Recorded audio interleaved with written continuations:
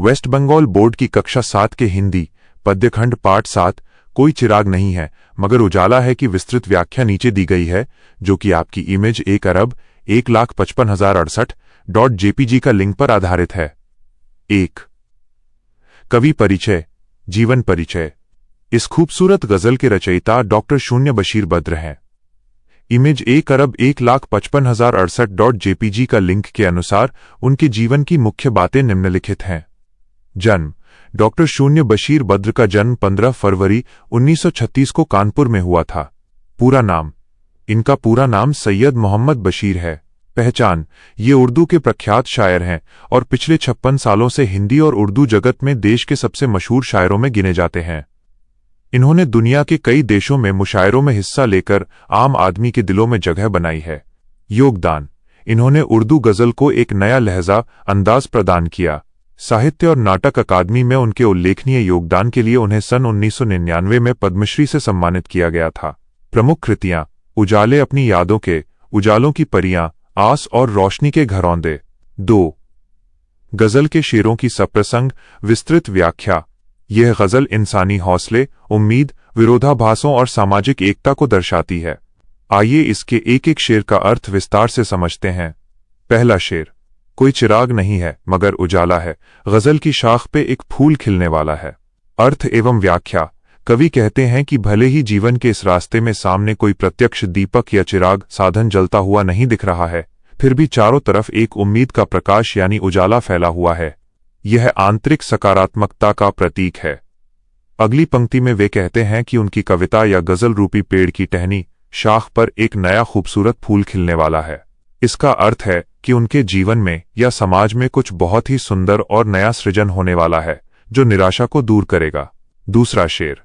गजब की धूप है एक बेलीबास पत्थर पर, पहाड़ पर तेरी बरसात का दुशाला है। अर्थ एवं व्याख्या।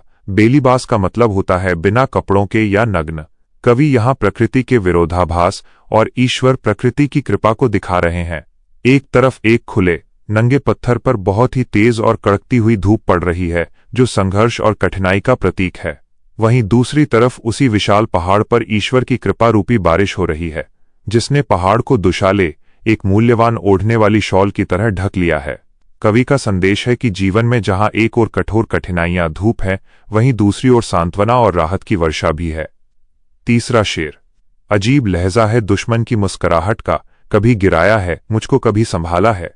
अर्थ एवं व्याख्या। यहाँ कवि इंसानी रिश्तों की उलझन पर बात करते हैं। वे कहते हैं कि मेरे दुश्मन की मुस्कान का अंदाज, लहजा बड़ा ही अजीब और रहस्यमयी है। उसकी दुश्मनी और व्यवहार ने मुझे कभी तो नीचे गिराने, नुकसान पहुंचाने की कोशिश की, तो कभी अनजाने में या किसी मोड़ पर मुझे संभालने का काम भी किया है। जीवन के उतार चढ़ाव में हमारे विरोधी भी कई बार हमें अप्रत्यक्ष रूप से मजबूत बनने में मदद कर जाते हैं। चौथा शेर। निकल के पास की मस्जिद से एक बच्चे ने फसाद में जली मूरत पे हार डाला है। अर्थ एवं व्याख्या। यह शेर सामाजिक और सांप्रदायिक सौहार्द ब्रदरहुड का एक बेहद खूबसूरत उदाहरण है। फसाद का अर्थ होता है दंगा। कवि कहते हैं कि दंगों की आग में किसी दूसरी जगह की कोई मूर्ति जल गई थी, लेकिन एक मासूम बच्चे ने, जो के पास की मस्जिद से नमाज या इबादत करके निकला था, उस जली हुई मूरत पर प्यार से फूलों का हार चढ़ा दिया। बच्चा किसी भेदभाव को नहीं जानता।